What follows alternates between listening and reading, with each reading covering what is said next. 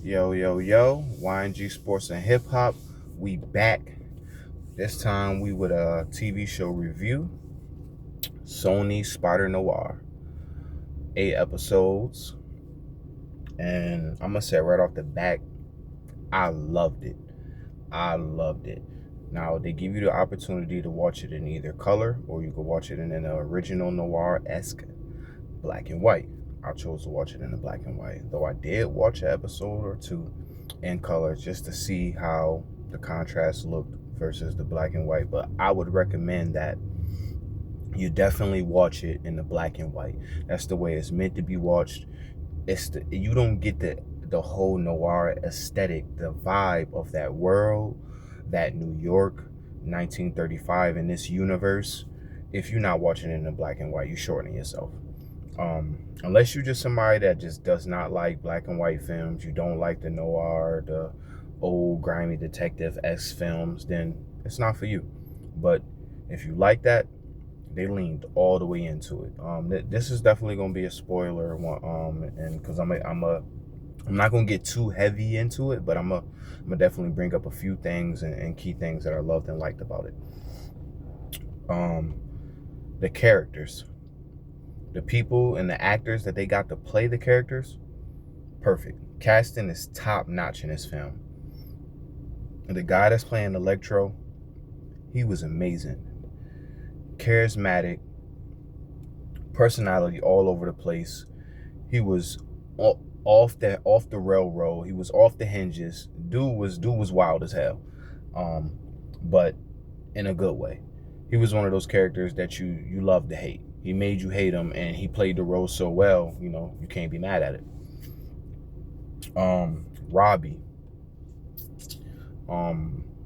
Nicolas Cage's or Spider Noir's close friend, the reporter. I love how they showed how he handled life as a black man, but still was so smooth, so suave with how he handled everything. The acting was great. He was on point, man. He was great in the show. Spider Noir's assistant. I can't remember her name right now. I think it's something Rodriguez. I can't remember her name, but the cute Latina, his assistant, she was amazing. She was funny. She was what Ben needed when he was down and out. She was that crutch. She was also a mental support, but also there to keep it real with him, kick him in his ass, and tell him, hey, you fucking up, get your shit together. So I really like that about her. She fit the story perfect. The villains, all the villains were great. Sandman, I like what he brought to the role. I like how they brought more depth to his character, more meaning. Um, Even Kat Hardy, she was stunning. Every time she showed up on a screen, like visually, like her character drew you into whatever was going on in her world and her surroundings. I like that. I like the fact that they even had a black cat on the show, even though she wasn't technically black cat, but she was her. I like that. The pacing of the show I thought was incredible. Nicolas Cage, one thing I got to say, Nicolas Cage, he did his thing in this movie. This movie was perfect for the quirkiness and the awkwardness and the weirdness of a Nicolas Cage. He was able to like convey that in a way that it didn't come off corny, weird, and cringy. It came off dope. He was a person that was life had kicked him in the ass. He's struggling, which is typical of a Spider-Man to be struggling and have hardship. So necessary, but also he was so different from a Peter Parker. This person is playing Ben Reilly, a detective, whole different persona than a Peter Parker, yet a Spider-Man within the Spider Universe. I liked that twist on it, that you giving us a Spider-Man that's not a Peter Parker, a whole different Spider-Man, a whole different reality on if a person got Spider-Man powers, how they would turn out. And there's some similarities there, but that's it, just similarities there. The story is different.